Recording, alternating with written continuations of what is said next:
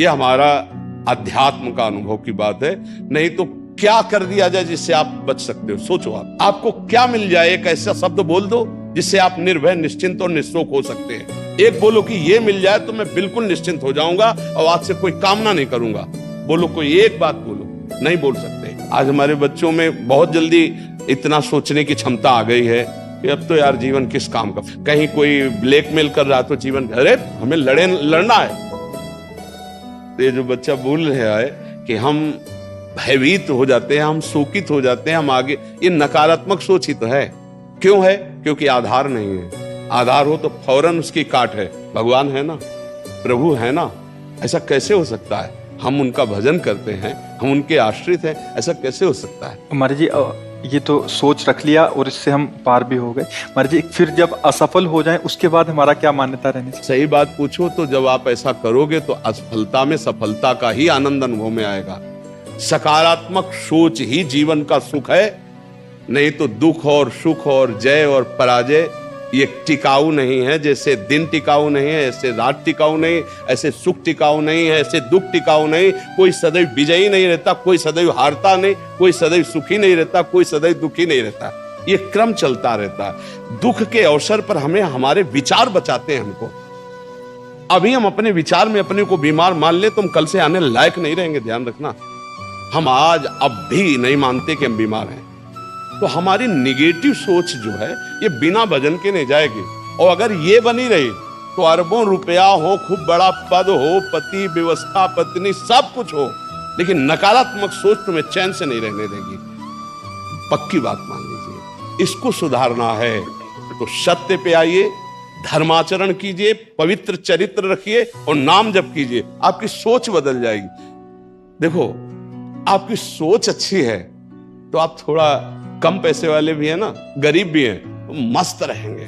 सोच सही नहीं है तो चाहे आपके पास अरबों रुपया हो, आपका जीवन नरक जैसा रहेगा। क्योंकि आपकी सोच अशांति, कलह, नाना प्रकार की वासनाओं में, खेल में फंसाकर आपको नष्ट कर देगी। तो हमें लगता है कि बिना अध्यात्म के चिंता, भय, शोक इसका दूर होना बहुत कठिन है। नाम जप करो, चरित्र पावन रखो। आज प्रायः चरित्र को हम नहीं सुरक्षित रख रहे। ये समझ लीजिए कि चरित्रवान के पास ऐश्वर्य चरण चूमता है। चरित्रहीन चाहे आप जितना धन एकत्रित कर ले, शांति और सुख का अनुभव नहीं कर सकते। अब ये बात शास्त्र की और संतों की मानना स्वीकार करो तो अभी आनंद की अनुभूति हो जाए। हमारा चरित्र देखो, हम राम चरित्र गाते हैं। राम जी रघुवंश में प्रकट हुए और रावण उत्तम कुल पुलस्त करनाती, ब्राह्मणत्व उत्तम कुल पुलस्त करनाती, लेकिन चरित्रहीन हो गया तो राक्षस कहा गया। समझ रहे? चरित्र गाते हम, राम चरित्र गाते हैं। मां केवल अंतर है नहीं, वही बड़ी रा उसमें भी लगी हुई है। रा मां वही भगवद अंश है, जय विजय और कोई दूसरा नहीं है। ये लीला करके दिखाया कि एक चरित्रहीन हो गया तो राक्षस है, चरित्रवान वही भगवान। सब में भगवान है, वही अब लीला कर रहे। देखो, हम अपने चरित्र को पावन रखें, हम धर्म से चले, नाम जप करें, तो कहीं भी आपके अंदर नकारात्मक भाव आपको परास्त नहीं कर सकता। ये हमारा अध्यात्म का अनुभव की बात है। नहीं तो क्या कर दिया जाए जिससे आप बच सकते हो? सोचो आपको क्या मिल जाए? एक ऐसा शब्द बोल दो जिससे आप निर्भय, निश्चिंत और निःशोक हो सकते हैं। एक बोलो कि ये मिल जाए तो मैं बिल्कुल निश्चिंत हो जाऊंगा और आज से कोई कामना नहीं करूंगा। बोलो, कोई एक बात बोलो। नहीं बोल सकते, क्योंकि एक के साथ हजारों बातें लगी हुई है। एक केवल वो है कि परमात्मा मिल जाए तो फिर सब पूर्ण हो जाए। जिसके पाने के बाद कुछ पाना बाकी नहीं रहता, जिसके जानने के बाद कुछ जानना बाकी नहीं रहता, और जिसको अनुभव करने के बाद कोई भय नहीं रहता। 5 वर्ष के प्रहलाद जी हैं, त्रिभुवनपति हिरण्यकश्यप है, सकारात्मक सोच है, मेरा हरि मेरी रक्षा कर रहा है, बाल बांका भी नहीं कर पाया। हाँ, अगर हमारी कभी पराजय होती तो उस समय भगवान इतना बल देते हैं, इतना सुख देते हैं कि वो पराजय क्षण में नष्ट हो जाती है, हमें शोक नहीं होता। देखो, बड़े बड़े भक्तों को पराजय का मुख देखना पड़ा। धर्मराज युधिष्ठिर अभिषेक हुआ, इंद्रप्रस्थ के सिंहासन पर चक्रवर्ती सम्राट पद पर बैठे। कपटियों ने कपट करके परास्त किया। 12 वर्ष का वनवास, 1 वर्ष का अज्ञातवास, परिणाम भारी कष्ट सहा। ऐसे महारथियों को छुप के रहना पड़ा, लेकिन परिणाम फाइनल पे आइए तो चक्रवर्ती सिंहासन पर महाराज युधिष्ठिर ही बैठे, उनके कुल में कोई नहीं रह गया, सब विनाश को प्राप्त हो गए।